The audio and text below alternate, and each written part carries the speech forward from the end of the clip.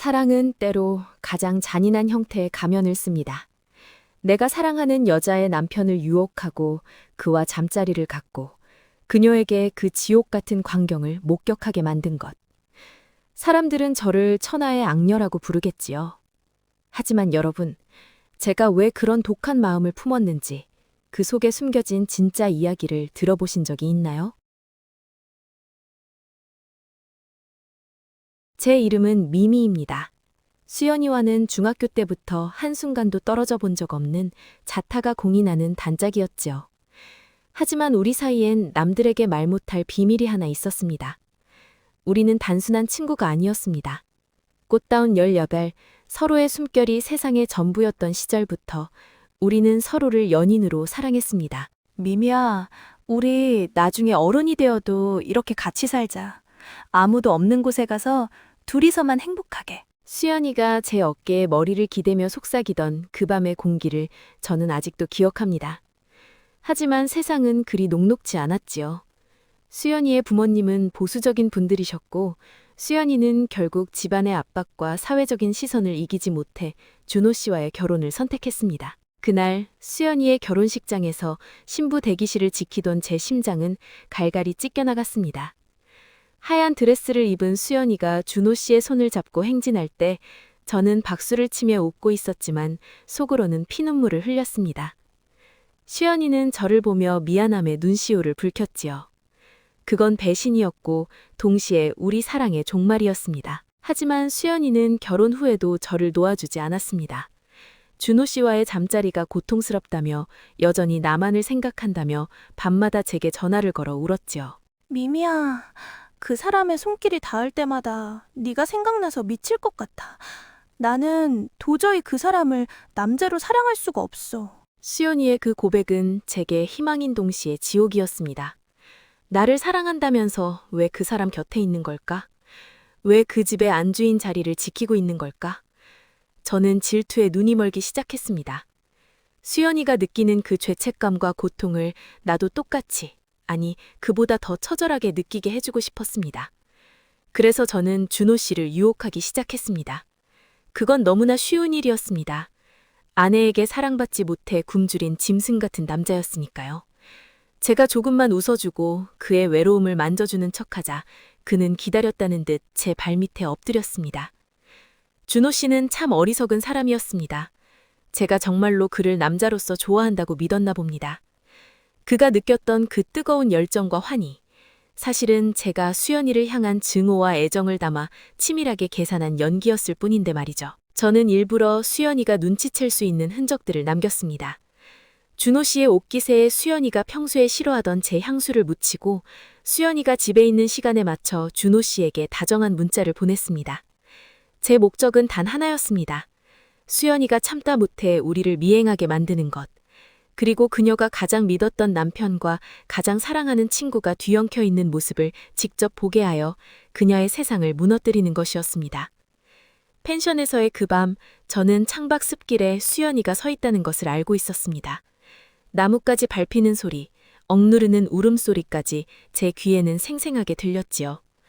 저는 준호 씨의 목을 감싸 안으면서도 시선은 창밖 어둠을 향했습니다. 수연아, 보고 있니? 네가 선택한 그 남자가 지금 내 품에서 너를 잊고 있단다.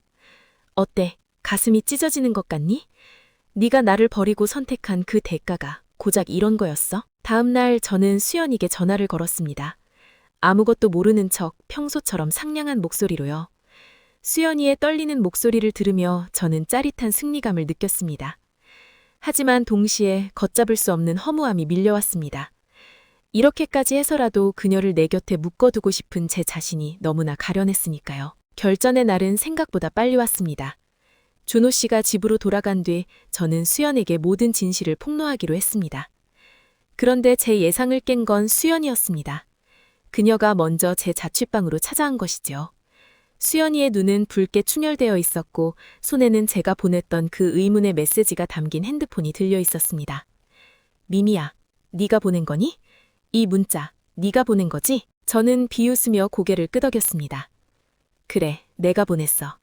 어때? 네 남편이랑 내가 뒹구는 모습 보니까 제정신이 아니지? 네가 나를 버리고 선택한 그 완벽한 가정이 고작 이런 거였다고. 이수연. 저는 소리를 질렀습니다. 수연이가 제 뺨을 때릴 줄 알았습니다. 하지만 수연이는 저를 안아버렸습니다. 차갑게 식은 제 몸을 꼭 껴안으며 그녀가 오열했습니다.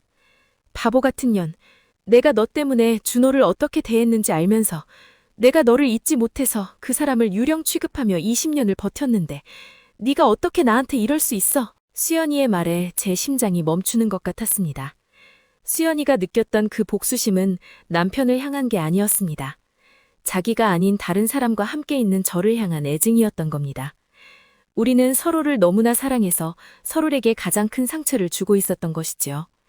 그때였습니다. 도어록 번호를 누르고 준호 씨가 들이닥쳤습니다.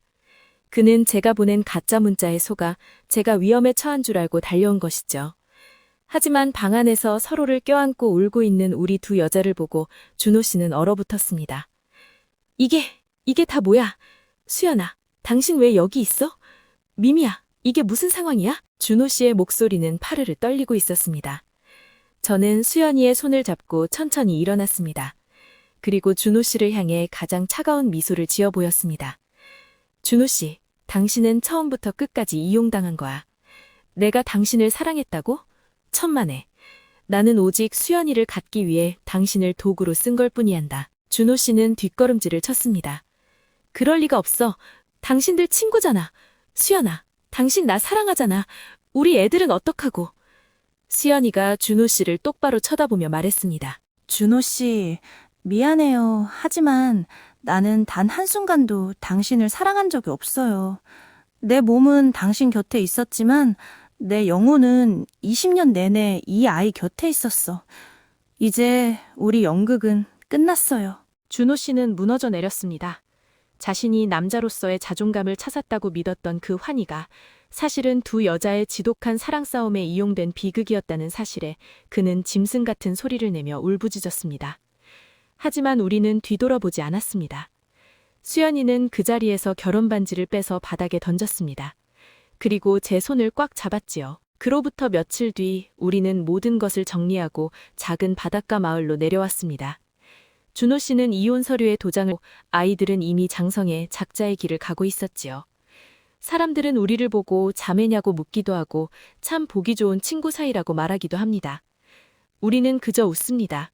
매일 아침 같이 눈을 뜨고 함께 바다를 산책하며 예전엔 꿈도 꾸지 못했던 평범하고도 위대한 일상을 보내고 있습니다.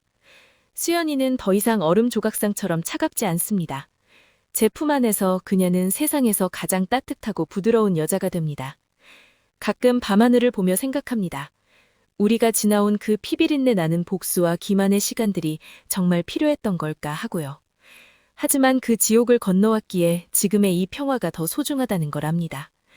준호 씨에겐 미안한 마음이 아주 조금 남아있지만 그 역시 이제는 자신을 진심으로 사랑해줄 누군가를 만나길 빌어봅니다.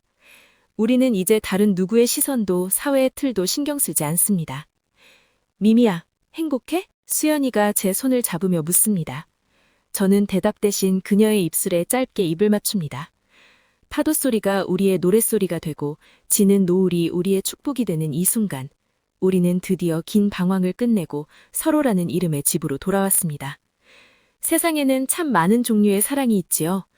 우리의 사랑은 조금 뒤틀리고 아팠지만 결국 진실은 하나였습니다. 사랑은 쟁취하는 것이 아니라 서로의 영혼을 있는 그대로 받아들이는 것이라는 사실 말이죠.